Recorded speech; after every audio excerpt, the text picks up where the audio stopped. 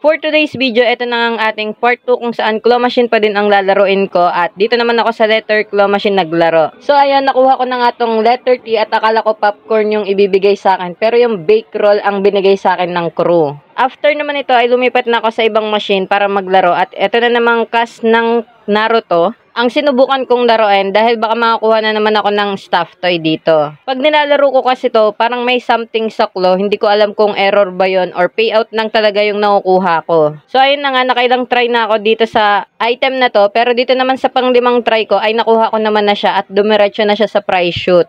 After ko nga makuha tong cast na to, hindi ko kasi alam kung anong pangalan nitong stuffed toy na to, ay lumipat na ako sa mini claw machine para doon naman magtingin kung may makukuha ba akong stuffed toy. Dito naman sa sunod na machine na nilaruan ko, cast pa din ata to ng Naruto kasi si Naruto lang talaga yung kilala ko dito. Ayan, sinubukan ko din kuhanin. So kung ano man ang pangalan ng stuffed toy na to, paki-comment na lang din ulit kung sino to. At ito na nga yung pangatlong try ko kung saan nakuha ko na tong mini stuffed toy na to. So ayan, hindi ko na nga sinubukan kunin yung dalawa pang nasa dulo at bumalik ako dito sa isa pang claw machine na nilaruan ko kanina. Nakikita ko kasi na may nakadapa at ayan, ginamitan ko lang ng double tap technique. Syempre sa katawan pa din ang target natin dyan. At ayan na nga, at nakuha na, dumiretso na sa prize shoot yung item at isang token lang ang nagamit ko dito. O diba, napakaswerte. Yun lang, thank you and goodbye.